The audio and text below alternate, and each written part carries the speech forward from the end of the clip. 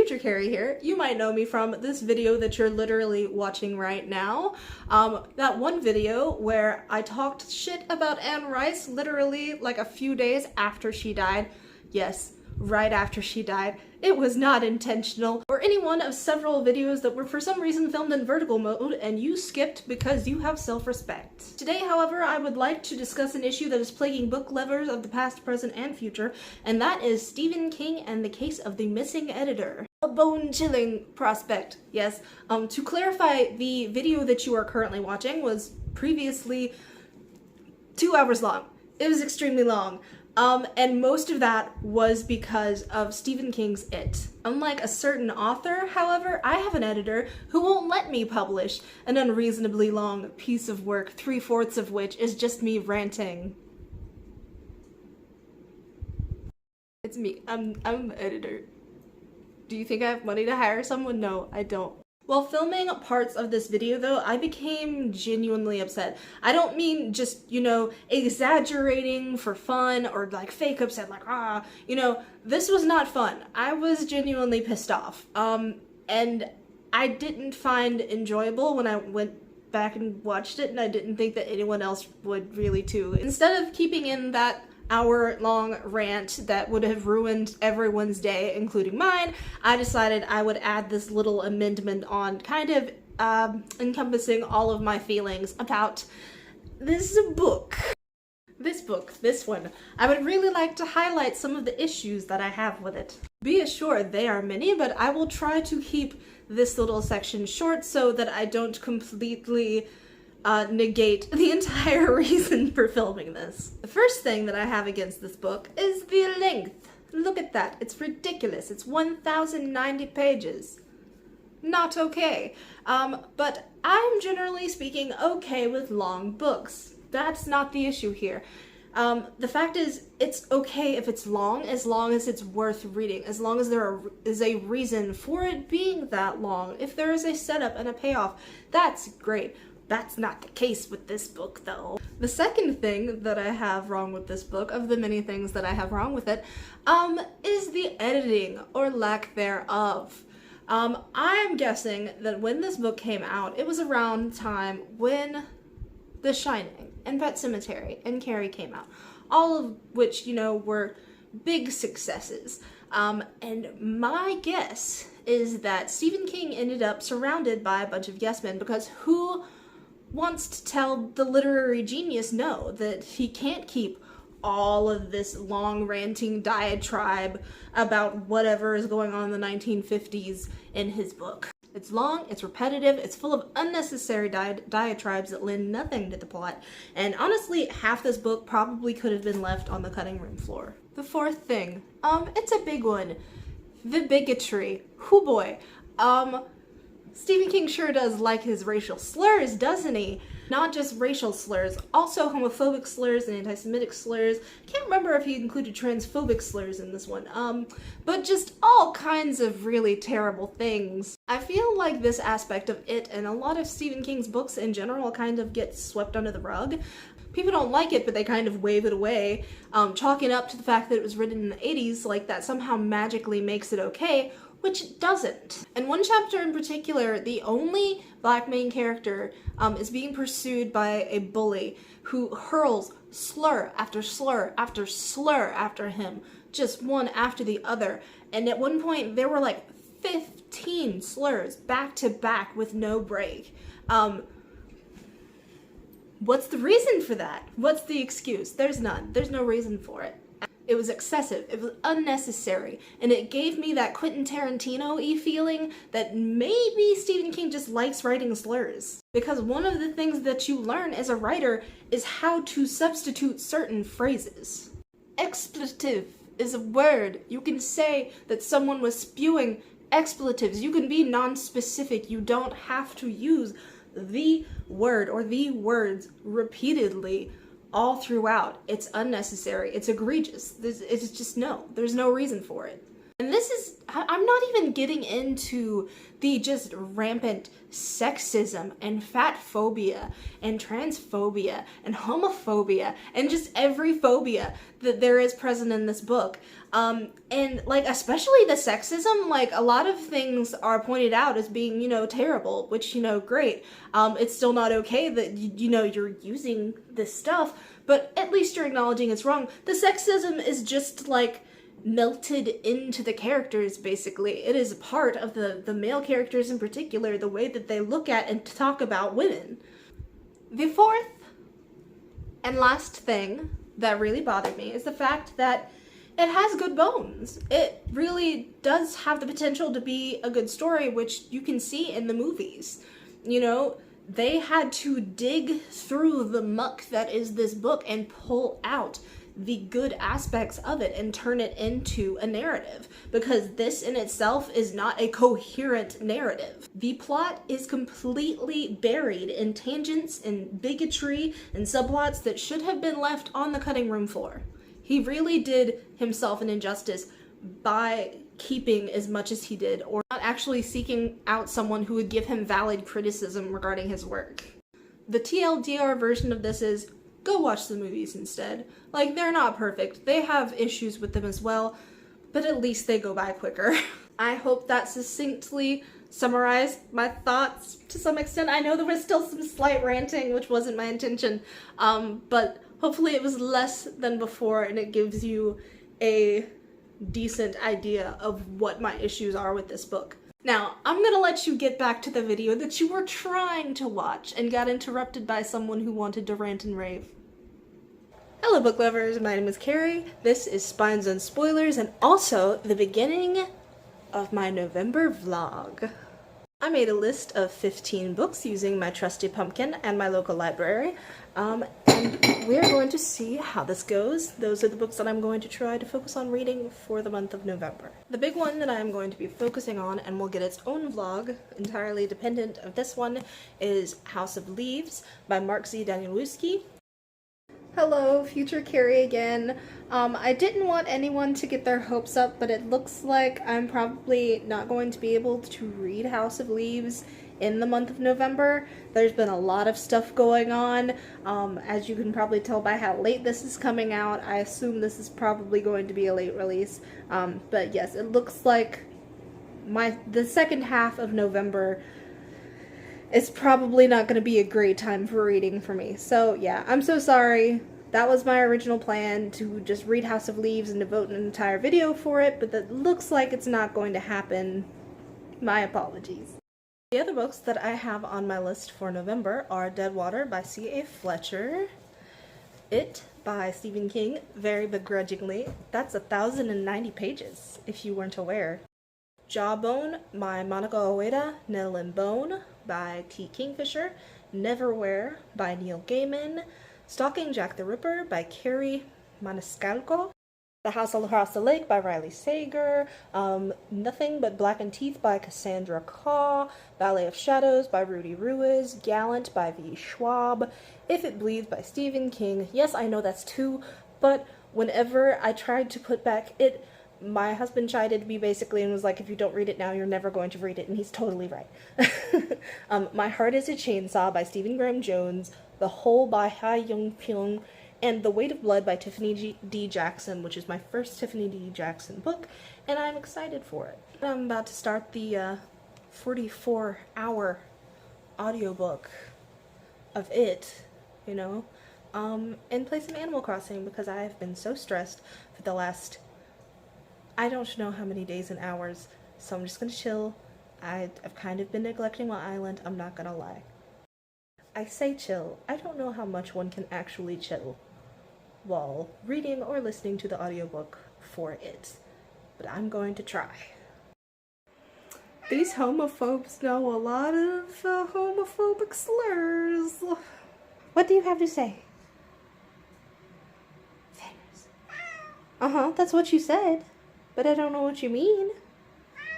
Oh, okay. Well, that clears everything up. Is that a slur? I'm so confused. I'm learning new stuff here. I don't think it's an actual slur that people use. but they used it so confidently. So far, it's been pretty similar to the most recent movie. It's just gone more in depth about the murders. Using the book, I am about 39 pages in though, so like a teeny tiny fraction. It's not even a dent. It's like I flipped open the first page, basically. I will say that something that kind of annoyed me was, like, especially with the second chapter, it's split apart by other numbers, like, within the chapter. Like, each chapter is split up by different numbers, and I'm not sure what the deal is with that. Yeah, it looks like it kind of stays like that throughout the book, though that last chapter looks like it might have the most out of any of them, because it was a police report of sorts. I got this book while I was living in Guam, and it smells like my high school library in Guam. That is what it smells like. Even though that is not where I got this book. It's very strange. To make some dinner for the night, my husband went out to get some sauce for our spaghetti because I forgot to get some today. Put on my audiobook for it while I cook though. Very small ways. Whereas the father becomes obsessed with spirals, the mother develops a violent phobia of them, which becomes a problem when you... Okay, sure. Yeah, you can sit with me.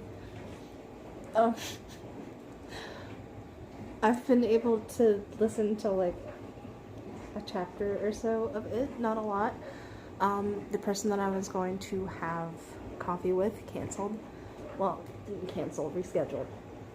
Excuse me, Ezra.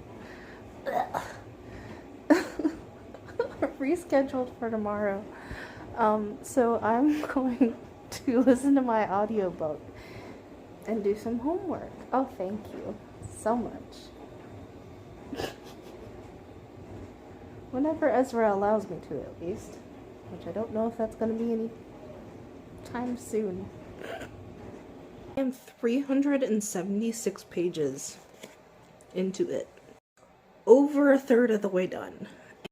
I can feel my brain starting to burn out on this a little bit, so I'm going to take a break and maybe try and read something lighter for a little bit, or just do something like watching a short movie or something like that, and then try to get back to it.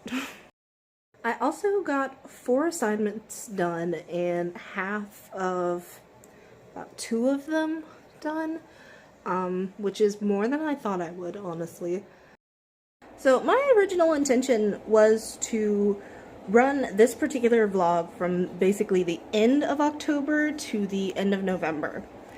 It occurs to me though that I could really be using these days in October to get some rest. So I think I'm going to pause this and pick it back up once November like officially starts.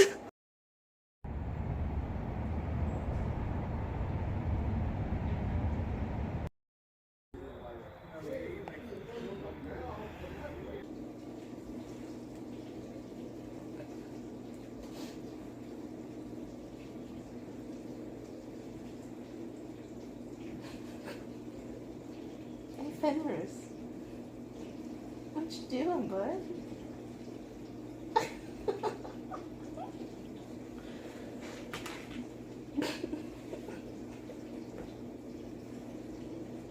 You're just silly.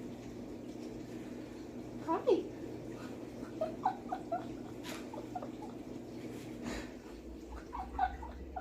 Hi. You good? Is that a good shoot? Good morning! It is November 1st. I am excited to get back into reading. After my last clip for this video, I ceased reading it and House of Leaves temporarily. I paused and I'm going to be picking them back up today. I did read a couple of books that were totally unrelated to this entire premise while I was away, like squeezed in a couple at the end of October. I read The Whispering Door and Atlas 6. I hate to say it, but both of them were a little bit underwhelming. I expected more from both of them, to be completely honest. One thing that I don't think I've mentioned is the fact that I went to the library and picked up a couple of my other books. I could not find My Heart is a Chainsaw anywhere though, so I switched it out for another one of Stephen Graham Jones's books. So we're just gonna read that instead. But yeah, I've heard a lot of good things about this one. I also found a copy of Nothing But Blackened Teeth and Stalking Jack the Ripper. I'm just going to be extra careful with these. At this point in time though, I'm halfway through Stephen King's It. I've accepted that that's basically what I am focusing on right now. I'm going to make some lunch though and maybe get some work done. We'll see. I'm here for bottomless salad and pasta. I'm here for you. So I am 771 pages into it. I switched back to the physical copy for a little bit because my headphones died and I need to charge them now that I think about it. This book is exhausting. But since that book is mentally and emotionally exhausting me, I am going to switch to the novella of All the Blackened Teeth, or Nothing But Blackened Teeth, sorry. But I'm going to switch to this for a little bit, just go ahead and get this out of the way. It's really short and it'll get my mind off of it for a little while, so I don't know, I think everyone wins. Nothing But Blackened Teeth.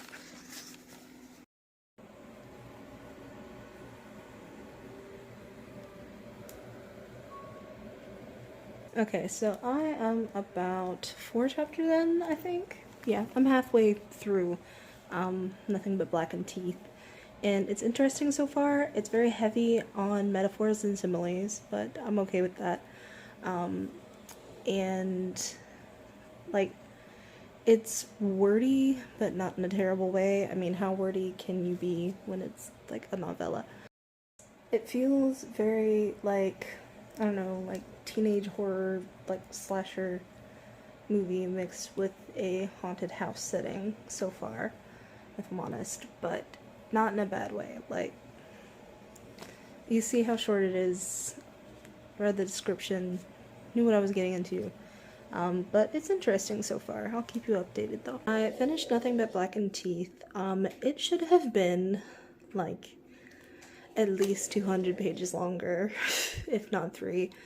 Well, maybe not that long, but it needed a lot more meat on its bones than it's got. It's a cool idea, it's got good bones, but the actual execution was not great.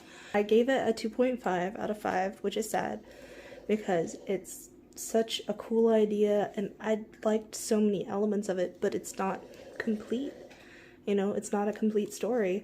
If Cassandra Clare comes back and writes a, like, fuller version of this, a more fleshed out version of this story, then I would love to read it. But as it is, it's just too bare bones and short and scattershot. Like, it felt like there were some really good ideas, but she didn't have time to really implement them in the ways that they needed to be done. It is nothing close to what it could be, honestly, what it has the potential to be. But that does make it the first book that I have read and completed this month. Over halfway through it, about 75% of the way through now at this point.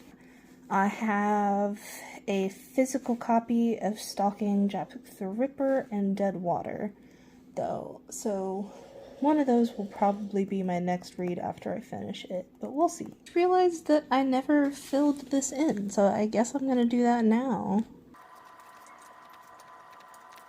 Like, I blotted out the last name and didn't fill in the rest of it. Let's see, how many pages does it have? And it is 310 pages, so actually shorter than the other one. Haha! Right now, though, I am going to go and get some sleep, which I definitely need. So I am 19 chapters and around 857 pages into it at this point, About to work on a calendar, like a large calendar that I'm going to make for the month of November. So that's why my headphones are on. I'm going to turn on the audiobook for it instead and see if I can knock out this godforsaken book by the end of the night. I'm really hoping so because I'm so tired of it.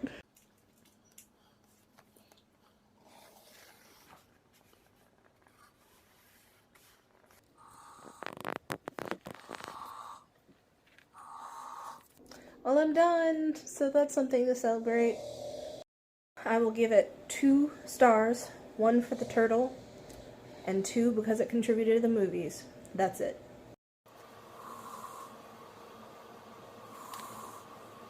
That is the second book that I have read from my list. It was a big one, so I'm kind of just relieved to have it out of the way. It's unfortunate, though, that neither of these books has been higher than 3 stars yet.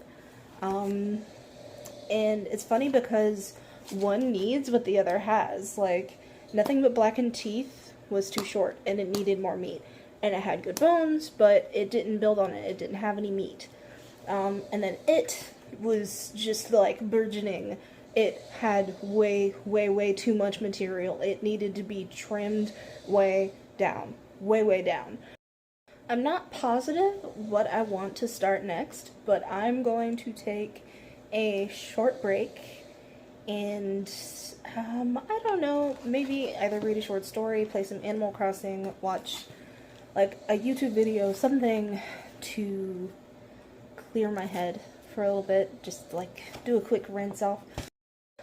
If It Bleeds is still on this list, and I am so torn, because part of me wants to read it and see how it compares to It, and how his writing style has changed, because If It Reads is relatively recent. It's not from the last, like, couple years or so, but it's relatively recent. And part of me never wants to read his material again, so, you know. Okay, I took a shower, and I feel a little bit better. Less homicidal, more awake. I'm going to chip away at some homework, and then if I still have the spoons, I might record my reading wrap-up video for October, which I still haven't done yet, even though I meant to do it like a week ago at least. I forgot to mention one good thing that did come from It is the fact that it helped me suppress my Goodreads reading goal, so yay! I only set it at 50 this year, meaning that I pretty much met it in October. Like, most of the work that I did towards getting towards that goal was done in October. I'm thinking about bumping up, maybe. Perhaps to the 75 book range or so, we'll have to see. Another good thing about it is the fact that since I kept on having to take breaks in order to let my brain heal, I was able to read 3 other books in the time that it took me to read that one. These are not ones that I drew from the pumpkin, they were just from my personal TBR. 2 of them are arcs, and one of them was just something that I felt like reading. I didn't supply the full name for this one, but I believe it is Maria Khan in the Jasmine Garden. It is written by Sadia Faroukhi. I gave it 4 stars. This is one of my arcs from NetGalley. It was pretty short. It was cute. The only complaint that I really have is that I don't really like the way that one of the character was treated. But what are you gonna do? Next one is the Atlas Paradox. This was not an arc. I had read the Atlas 6 at the end of last month and was able to get a copy of this from the library, like an ebook copy on Libby. And I ended up giving it 4 stars, which is better than the Atlas 6 because I gave that one 3, I believe. This one was really slow, honestly, and too long, but the last, like, quarter of it made up for it. Then there was Making Love with the Land by Joshua Whitehead. This was an arc, but I honestly would have read it on my own. It was 5 stars. I really enjoyed it.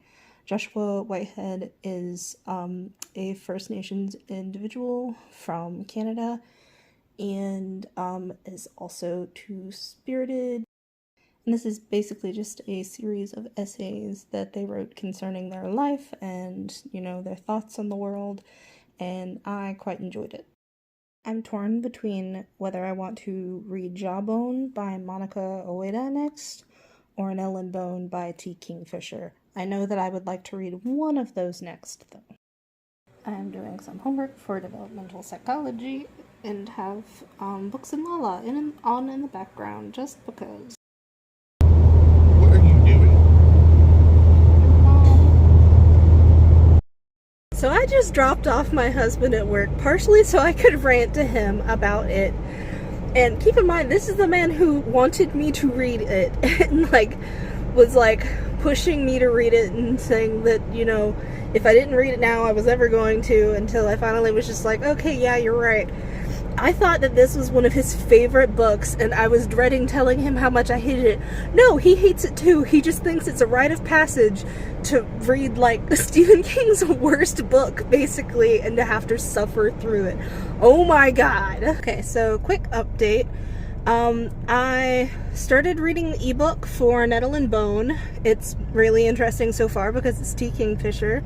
I'm really enjoying it. It's pretty different, honestly, from her other stuff that I've read before.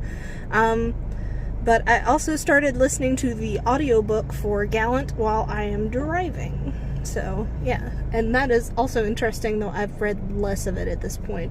I'm about a quarter of the way into Nettle and Bone, and not very far at all into Gallant, but yeah. I'm about to head home for a little bit and then go back out and do some errands. Also, I aspirated earlier on water, so if it sounds like my voice is weird, that is why. Okay, so I cleaned the trash out of my car, and then I went to Aldi's. I don't know how well you can see that.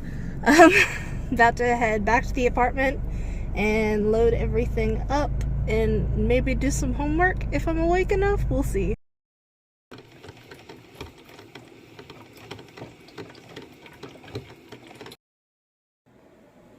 This is my life now.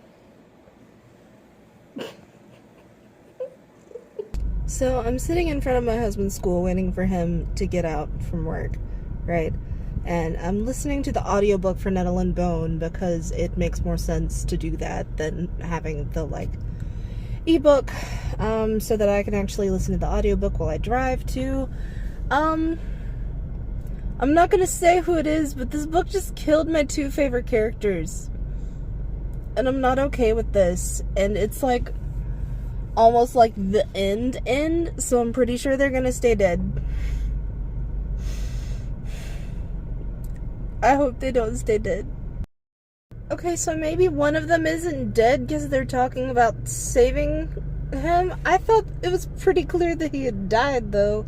I don't know.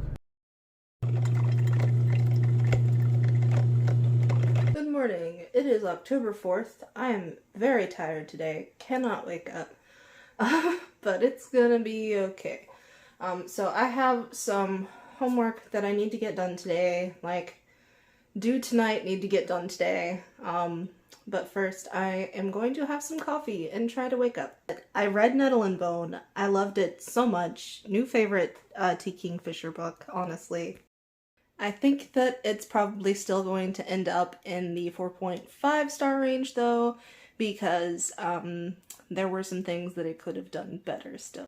Am I awake enough to be able to tell you what those things are? Not really. Will I remember to tell you later? Perhaps. Oh, there was also a whole section where he yelled at her. He apologized at the end for this, but he yelled, "You don't have to agree with my decisions, but you will abide by them." So I realized that I'm getting behind on some of my ARCs or advanced reader copies, and decided I was going to pick one of those up while I was, waking up for the morning. This one's called Ghost Book by Remy Lai. And at the very beginning, one of the children, it is a children's book because most of the ARCs that I get are children's books. But one of them says, "I'm as hungry as a horse, or I could eat a horse, or something like that. And the other child's response is, you sound like a hungry ghost. Like, pardon? Is this a thing that's just like cultural that I'm missing? I don't know. It's a very random response, ma'am. This is not princess. What a lady. Stop it. Just stop it. And I cannot tell you how much I A feel pretty like girl. this book wants to be Yona of the Dawn. Thank goodness, Ezra. And then his wife unexpectedly. I can't handle how cute this cat is right now. She just keeps on one-upping herself. How are you this cute? I changed into my sweater dress because it's cold in here. I'm enjoying Gallant so far for the most part. Not quite as much as I thought I would. This is only like my second or third time reading V.E. Schwab though. All of my other experiences have been positive, but that's not a guarantee that I'm going to enjoy all of her work, so who knows. That being said, it is an interesting concept, and I'm hoping that it is going somewhere interesting with it. It's already halfway in though, so things have to start picking up soon, honestly. For now though, I'm going to pause that and work on a paper, which is super exciting. I'm not gonna lie, I'm fighting the urge to go back to bed. My iron is really low at the moment. I'm out of supplements and I need to get some more, but yeah, I'm just so drained and tired, and all I feel like doing is sleeping at the moment. But I have to do things. I have to be productive, and I don't wanna. Also, I don't know why this is shaking so bad. I'm guessing that my hand is shaking because of the whole iron thing. Hold on.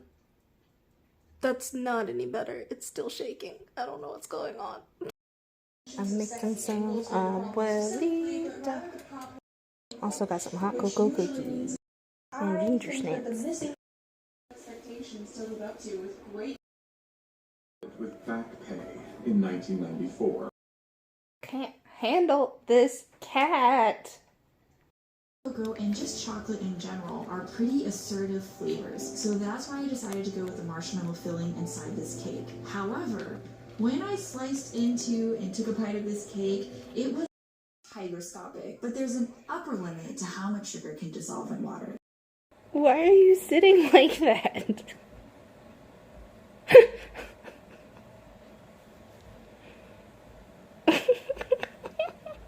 I'm about to head to bed, but I got over halfway through The Only Good Indians. I also finished The Luminaries, I believe is how it's pronounced. I had been working on that one for a little bit, which I enjoyed a lot more than I thought I would. It seems like it might get a sequel, and I would actually be very interested in reading that. Okay, so I need to try and be quiet because my husband is trying to sleep. But I finished The Only Good Indians by Stephen Graham Jones. It was extremely eerie, and I ended up giving it 4 stars. I didn't wait to record it, I'm so sorry. But if you will recall, this means that I have read 5 books this vlog. First was It, also Nettle and Bone, Nothing But Blackened Teeth, Gallant, and The Only Good Indians. Overall, a decent reading experience.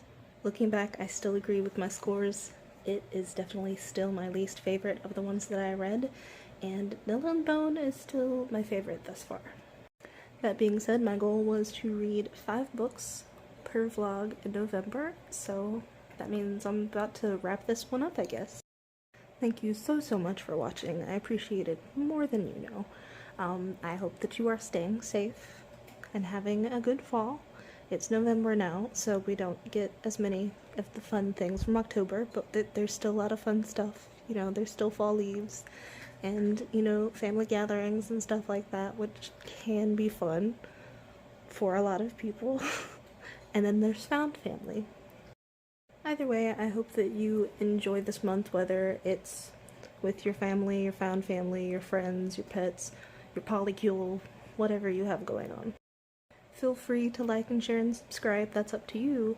But what is most important is that you remember to love yourself.